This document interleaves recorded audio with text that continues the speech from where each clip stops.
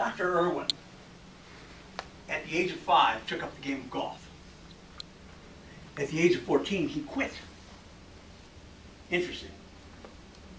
Took up tennis, played tennis for a while. But at the age of 20, 22, 23, 24, he's got back into golf, couldn't stay away from it. And he's swinging the clubs and doing his thing. And I don't know if any of you people, I'm not sure how many people here are golfers.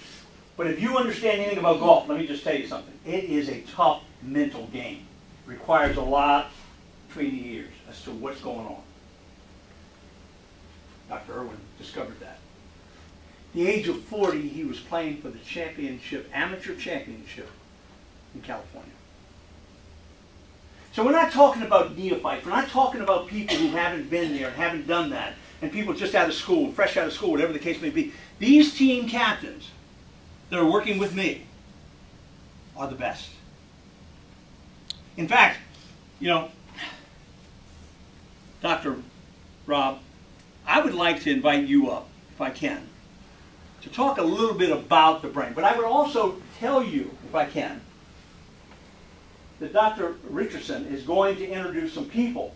They're going to come along and tell us a little bit about success and failures that they may have had in this program and why you should join.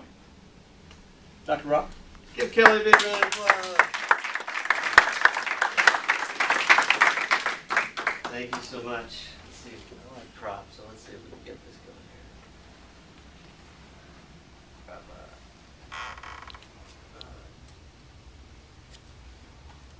So, thank you, Kelly. Thank you very, very, very much. I am so excited to be here tonight because, in fact, all day I had this little choke in the back of me.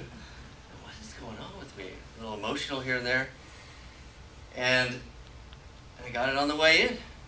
And it was 6 years of putting this together.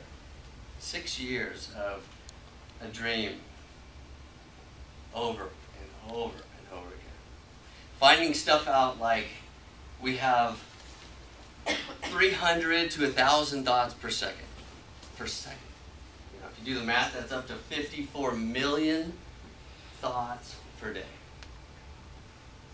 95% of those thoughts are the same thoughts we had the previous day. And 80% are negative. So how is it possible that any of us reach success? How is it possible? Unless you live on Facebook, that wonderful world of 20% is everything great. So the brain brings us here today. And the brain is an exciting frontier. The neuroscience that we have in front of us is just cracking wide open. You know, we've been here on 5,000 years or so. We've learned more in the last 5 years than we have in the last 5,000. Exciting, exciting time. Two of the biggest discoveries that we've had, that we've seen, that kind of really cracked the code was they actually have a camera that can look in 1/100th of a human hair. And then they figured out how to take the skull off while the person's alive and put it back on and go about their daily life. So they married the two, and they put the two together and took a picture of a man's brain. Put the skull cap back on, sent him on his way. 7 days later, they took the same procedure, took another picture, and the brain changed. So these Harvard medical students and these doctors have tenure that think they're king of the hill, that wrote books on biology and neuroscience the previous year, they had to burn them. Because this discovery said the brain changes. How does it change? Who makes it change? Are we in charge of it? Is the environment in charge of it? Is it genes? Is it environment? What is it? And just flurries and flurries of research has gone on from that point forward. Another tidbit they found about the brain was 40% of the water you drink goes directly into the brain. The brain has a way of saying, I'm going to take that first and preserve it. On the same token, it does that with your cheeseburger, fries, and your steak. Right? 40% goes to the brain, the 60%, where else it goes? To the rest of the body. And with those stats, it's a really simple answer to the question, what animal on the planet can go the farthest without food and water? Anybody know? Camel? Camel? It's actually the human. The human can go further without food and water than any other animal. And do you know why that is? Biggest brain? Almost the biggest brain. Why is that? Why can we go further than any other animal? More water. It could retain more water, but it also needs more water. Because it's 40%. Our brain tells us to. That's it. What? Survival. Say it again. Our brain tells us to. Our brain has this mechanism of tricking and actually lying to us to keep us alive. That is how, that mechanism that says, I know I can. I know I can get over that hill. I know I can go the extra mile. I know I can do one more push-up or ride another mile. It's because we can lie to ourselves. We can literally lie to ourselves. We tell ourselves we're great, or we tell ourselves we're bad, or we are bad. We're both right. So we've learned through the practice, the 90 days, and one-day workshop allows us to give you this information in such a simple and easy way that you walk out going, I can't believe this. The power of the brain is summed up in this little ball. And you take it with you every day. It doesn't end after 12 weeks. That's when it starts.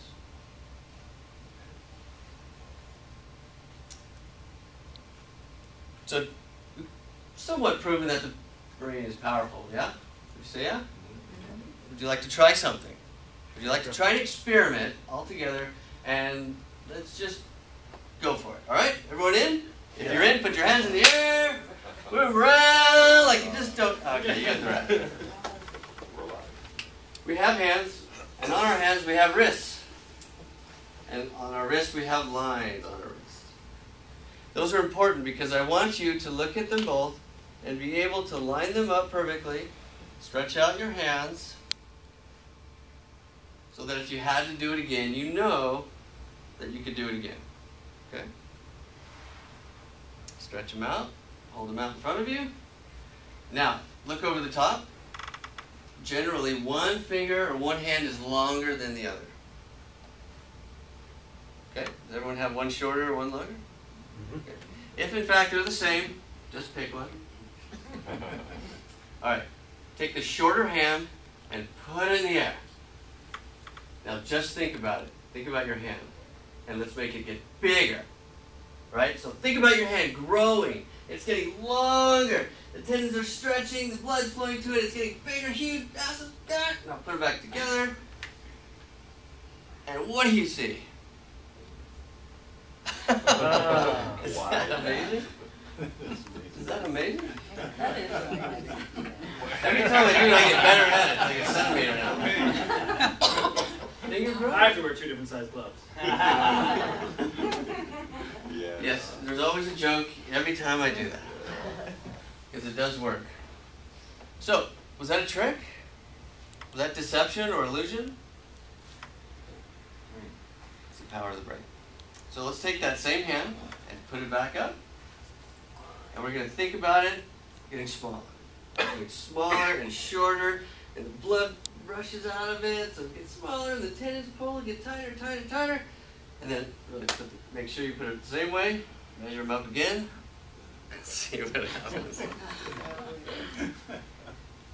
That's the power of the brain. That is the power of the brain. We're just tapping into it. So, you want to learn more about that? Absolutely. Let's kick it over to Kelly now.